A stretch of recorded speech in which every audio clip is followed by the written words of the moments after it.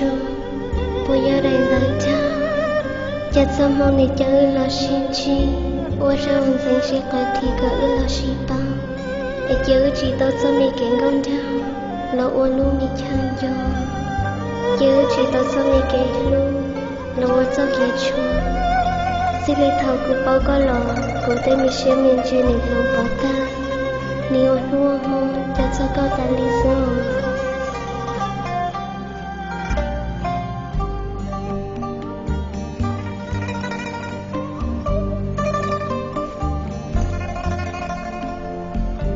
còn giờ là ưu tiên lưu hải sĩ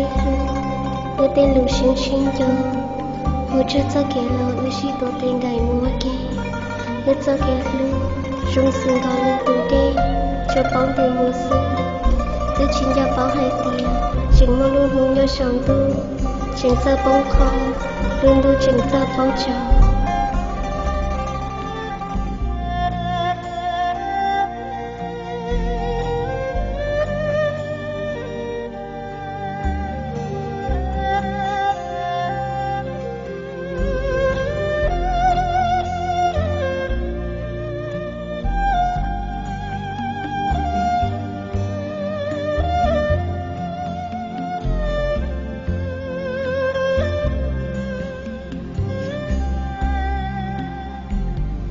khi hai thao mù lòng sâu sâu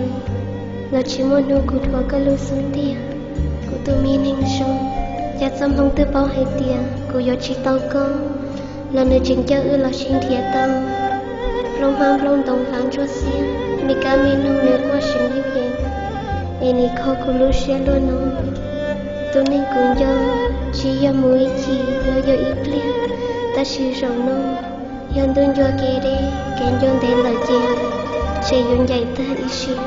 dù chỉ tao tròn chỉ có lẽ là của tôi mới nên trong